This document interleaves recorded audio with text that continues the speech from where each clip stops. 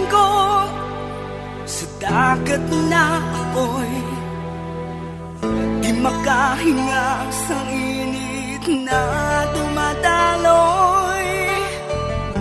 Ialay mo ang bagong pag-asa sa tulad kong nasadlak sa pagkakasala. Provincial Jail, kasaysayan sa mga tinugang ang ilakabuhi, naging bahin sang Provincial Jail. Sa diin ang apat kapamusod sang pader, naging lulubngan sang ilang mga handom kag mga kalipay, nga naging saksi man sang ilang mga pag-antos, kag kabudlay kag paghinulsol. Litong-lito sa nakakabingin ingay, di makatawid sa malawak na lakusan. Ialay mo ang bagong pag-asa sa tulad kong nasadlak sa pagkakasala. Provincial Jail, makig-upod kita sa ila pagpanarambiton, kag makigbahin kita sa ila kalipay, kag pag-antos, nga ilaman na agong sa Provincial Jail.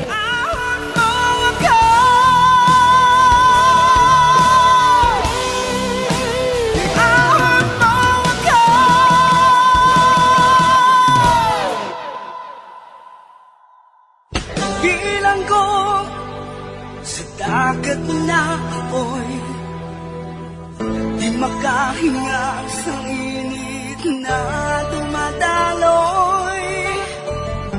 Ialay mo ang bagong pag-asa sa tulad kong nasadlak sa pagkakasala. Sa liwat maing adlaw sa inyo tanan mga palangga na mga tagpalamati, sa karon nga adlaw padayuno naton ang sulat, nga ginatagan naton sang kabuhi, diri sa ato panatuntunan, Provincial Jail. Ihawak mo ako sa liliyap na apoy, na aking matikman ang tamis ng sandali. Bahin sa nagligad, gen pamatod-an ko sa pastor, nga naskam sila, amo man ang mga sumilimba nila. Gani gintudlo nila sa amon, kundiin hamtang si Sir Jeff. Gani dali-dali makami ni Elsie, nga ginrescue si Sir Jeff. Diri sini nga bahin padayunon ko ang kasugpon sa akong pagsaysay diri sa Provincial Jail. Nakahibalo ako kasi ani patay na. Bagod may nagpahog sa iya. Nagkadto ako sa simbahan para magpangusisa. Nagsunod sa akong kaisipan nga basi may kahilabtanan ng ila pastor. Kani napinsaran ko nga magpangusisa sa simbahan. Kag samtang ato na ako sa sulod. Sang hinali lang may nagtupa sa akon ulo nga bag. Kag may dua ka tao nga nagbaklid sa akon. Kag indala sa budiga sang simbahan. Hindi ko makusar ang pastor sang kidnapping. Tungod may record ka sa pulis. Mamangkuton kanila. Kung nga nagsulod ka kag nagpanginsapo sa mga pagkubutang. Ibalik ko ikaw sa ginhalinan mo. Kag hindi ka maghalin dito, ha? Samtang hindi pa clear ang tanan. Oo. Bang hindi ako magbalik dito nga wala si Ani. Okay lang bala kung ibaligya akong iakatins kang magbalik na lang sa syudad. Tama na ka bayolente dire. Nagapati ako. Nga wala na sang kaso kay Ani. Dalawang ka namon pa uli. Si Elsing madrive sa imo. Eh hindi ka pa pwede nga mag-drive sa salakyan mo. Tungod ang imo salakyan. Ato sa grahis ang pulis. Mangita ko sang makadrive para sa imo. Si Elsie na lang siguro. Masalamat gid sa imo ha. Karon makighambala na ako sa pastor.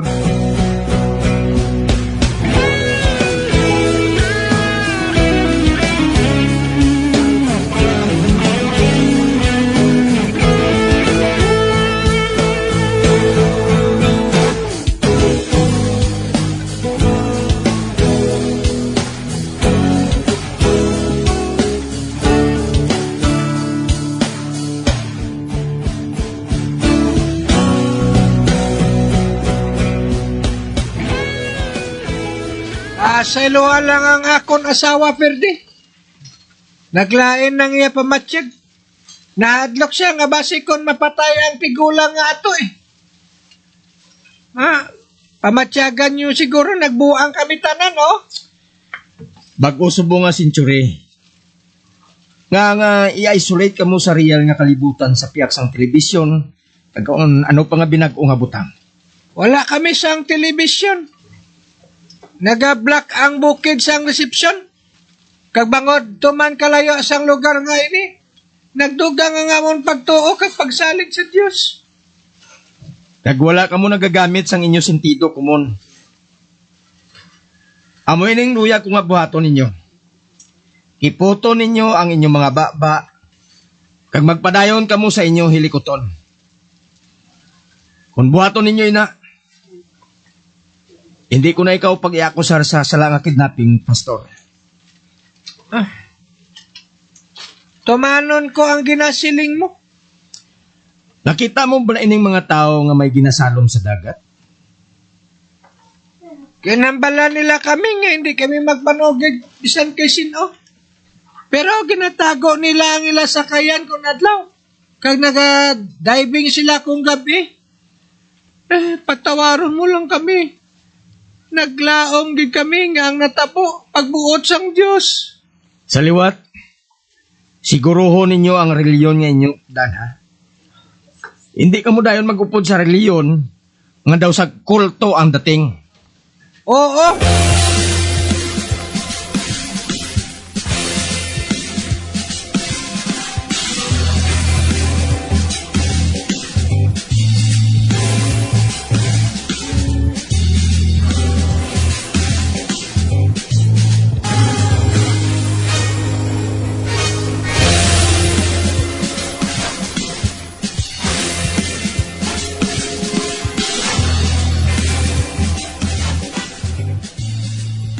May palaboton gali nga bagyo karon sa gabi. Alas 6 pa lang. Nakita ko na nga dalag ko ng mga balod na nagahampas sa pilas. Kag salamat kay ang mga tao ato sa simbahan. Dito sila tanan ng evacuate. Puno sang tao ang simbahan ni Pastor. Makadto ako sa higad sang baybayon.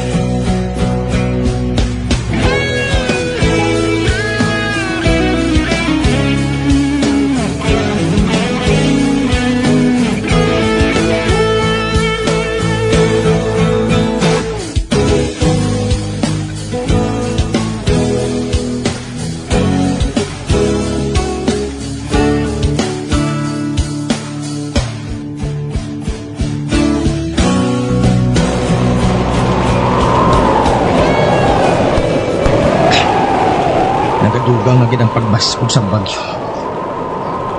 Kung matuod ang ginsiling ng Pastor, nga gabi ang ginabuhat nga pagdive sa mga tao sa barko. Patod nga buhaton nila na bisan nga nakabagyo. Kalitan nila ang bagyo. Agod nga wala sa makakita sa ila.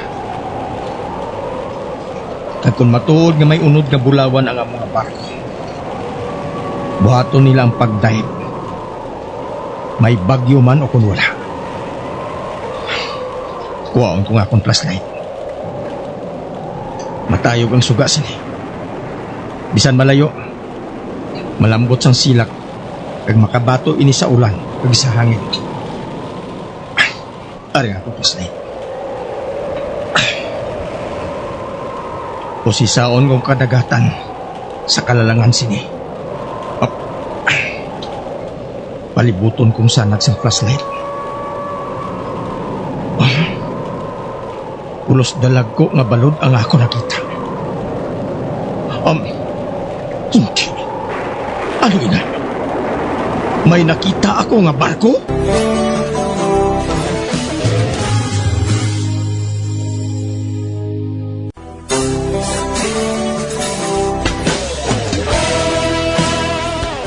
Dito nakamarasma si Pastor nga sala ang iya nabuhat. Kagkabaylo sang akon hindi pag-akusar sa iya, kinsugira niya ako nga may unod nga bulawan kuno ang among barko. Gani isang gabi nga to, apisar nga may bagyo, nagpanilag ako. Kag sang hinali lang, may nakita ako nga barko. Sa pagpadayon ko pagid, may nakita ko nga 4 ka tawo nga nagasakay sa barko. Kag nagapakig-away sa hangin kag mga balon. Oh, may nakakita na sa akon. Kag nagasinyas ini siya mga kaupod. Apang hindi ko makibalo kung anong iyag na sinyas. Tungod sang mabaskog nga hangin, daw hagong sang demonyo. Ang balod, to sa simbahan kadako. Hindi. Masugata gid sa barkong dako nga balod. Hindi. Nalunod ang barko. Kag wala na makabutwa. Nawasak ang among nga barko. Napatod ko ina. Mabalik ako sa simbahan.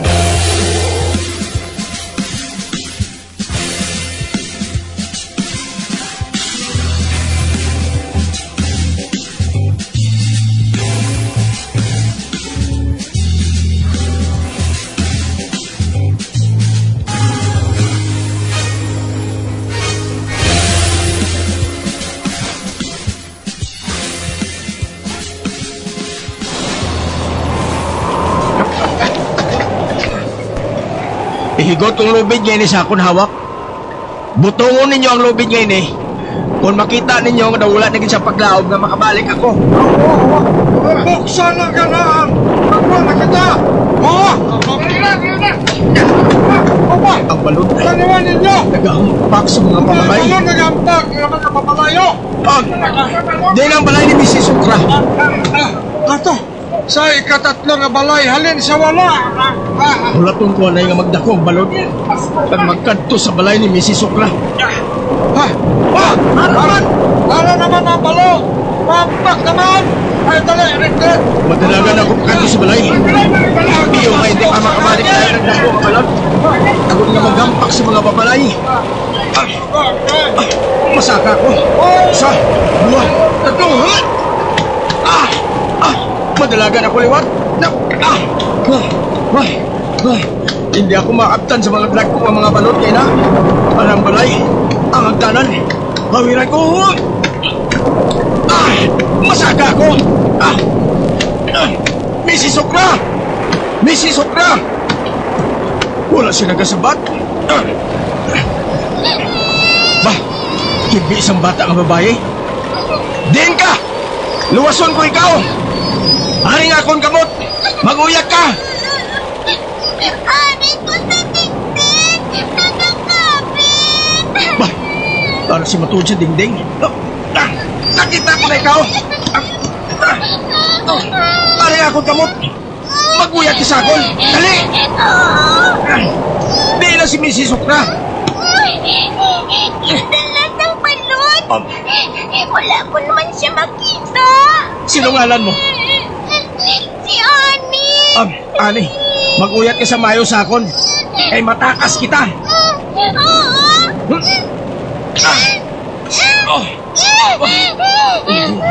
Nakita ko naman ang balon. Do simbahan ini kadako. Patugid nga mahampak ini sa amon. Kagulan sa paglaom nga mabuhi pa kami. Para ng balot. Ani, hindi ka magbuhi sa akon. Bisan ano pa ang matabo. Wala na, talong! Nasa simbahan ka na ko! Hinagaw na! Dali! Huwag hinagaw ka! Hindi! Para na!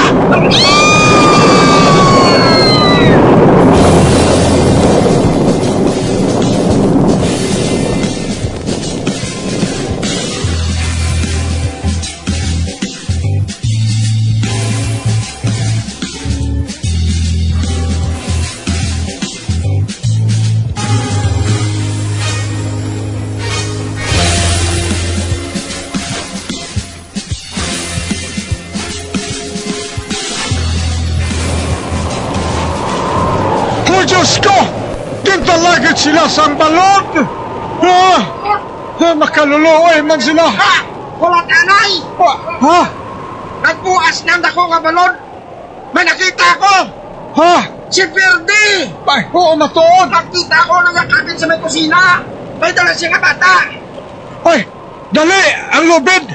Butongon naton sila bakadto dire sa wala pa magampas liwat ang balon. Oh, isa. Butong. Butongon naton ang lubid. Putong may kayo, medyo malagyan! Makataka sila bakadto dire.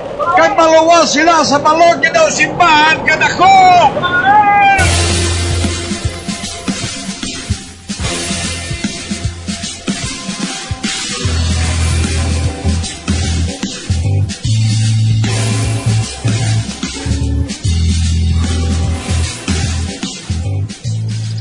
Ay, at last, natuman ko gid man ang akon madugay na nga ginadam ko. Nga ikaw kag ako, makamping diri sa kadutaan nga may pukatod, kag may kakahuyan sa palibot. Kag sa unhan, makita naton ang masol nga kadagatan. Kalma lang, Jags. Wala sang misturbo diri sa aton. Bah, nagring ang akong cellphone. Oh, si Doc Budi ini ah. Sabton ko na lang. Oh, hello, Doc. Oh, hello. Ano ba lang ginahin mo sa bong, Ferdy? Nagakamping kami, Doc. Malinong, kag wala sang gahod. Mayo. O sige, enjoy mo kabuhi. Natay mo ako nga talagsa ka na makabakasyon tungkol na masako ka sa mong trabaho. Matuod din na, Doc. Kung ano gid man, ari lang kami diri ni Jags. Kung adlaw, nagapamunit kami. Kung gabi, nagatulog sang temprano, kag mahamo.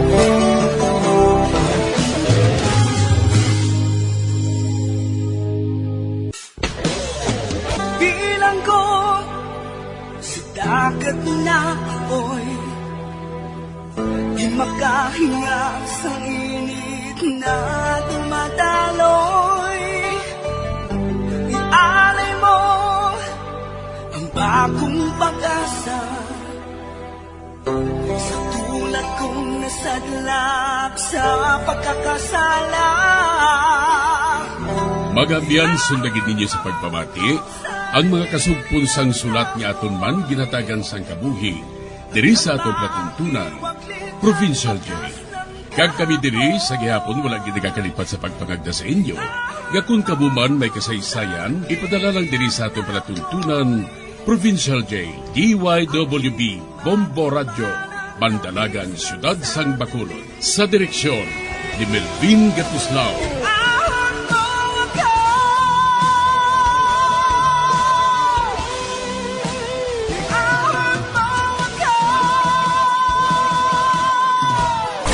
Bombo Radio Philippines. Patuloy na #1 sa drama. Basta Radio Bombo!